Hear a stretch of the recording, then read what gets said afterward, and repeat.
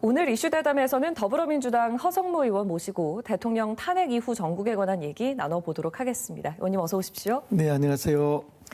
네, 헌법재판소가 윤석열 전 대통령을 지난 4일에 파면했습니다. 이게 12.3 비상계엄을 선포한 때로부터 122일 만이고 국회 탄핵소추안이 접수된 때로부터 112일 만입니다. 파면 선고 결정 어떻게 지켜보셨습니까? 저희들이 아마 모두 엄청 긴장하고 초조한 마음으로 다 지켜본 그 사실입니다. 만약에 이게 인용이 되지 않았을 때 생기게 될 국가적 불행 이런 걸 걱정하면 정말 뭐 한치 앞을 볼 수 없는 그런 것이었기 때문에 굉장히 긴장했는데 문영배 재판관이 들어와서 몇 줄 딱 읽을 때 아 이건 인용이구나. 그리고 이건 완벽한 8대 0이겠다. 이런 생각들을 많이 했습니다. 사실은 12월 3일 1, 2, 3 내란이라 그러죠. 근데 초날을 산입해서 계산하면 선고도 123일 만에 된 겁니다. 그래서 숫자적으로도 아주 묘하다 그런 생각을 가지면서 저희들이 지켜봤는데 어쨌든 우리 국민들은 뭐 더 긴장하셨을 거고 좋은 결과가 나와서 참 다행이다 이렇게 생각합니다. 이번에 헌법재판관 8명이 전원일치 의견으로 파면 결정을 내리지 않았습니까?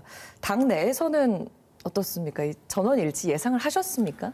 예, 그게 이제 5대 쟁점 사항이라는 게 있었습니다. 이 쟁점 사항이 다 명백하게 헌법을 중대하게 위반한 것이고 또 개헌법을 위반한 것이기 때문에 법 자체로만 보면은 명확하게 이건 8대 0이고 인용이다 하는 게 상식이었죠.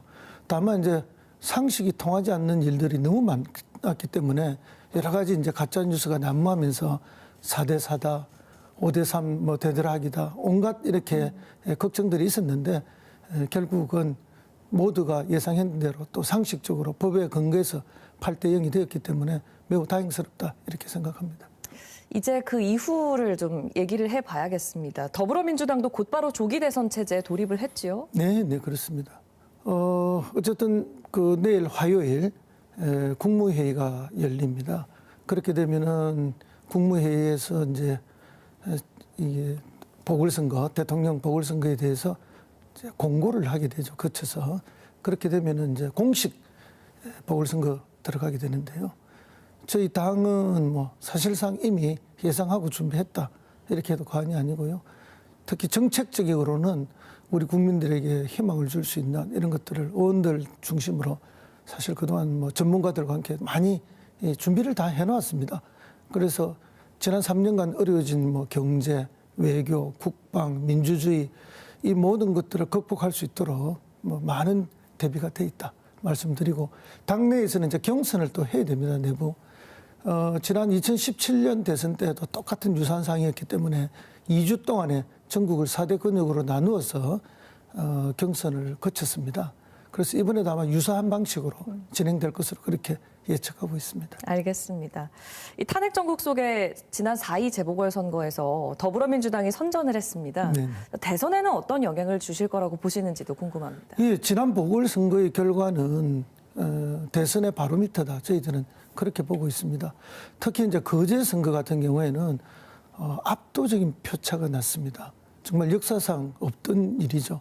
그만큼 우리 국민들이 이번 탄핵에 대해서 그리고 불법 비상계엄에 대해서 심각하게 생각하고 민주주의에 대한 위협이다 이렇게 보는 거죠.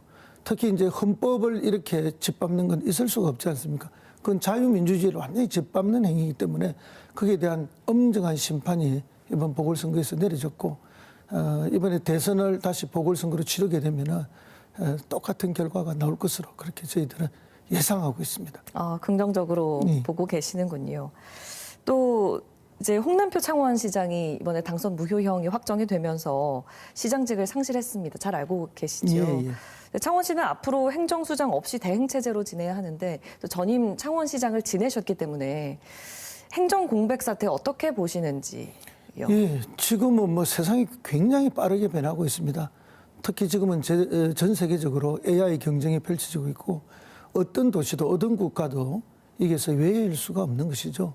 그래서 창원시는 특히 제조업이 중심지인데 이 제조업과 AI를 어떻게 융합하고 제조 AI가 전 세계에서 앞서가지 않으면 창원시의 미래도 없습니다.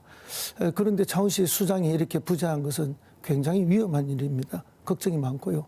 다만 이제 일부 시장이 대응을 하게 되는데 일 부시장이 원칙을 가지고 단호하게 어떻게 대응하느냐에 따라서 시정도 수습될 뿐만 아니라 창원시의 미래에 대한 기반도 잘 잡을 수 있다고 봅니다. 일 부시장의 분발을 촉구해 봅니다. 알겠습니다. 오늘 말씀은 여기까지 듣겠습니다. 말씀 잘 들었습니다. 네, 감사합니다.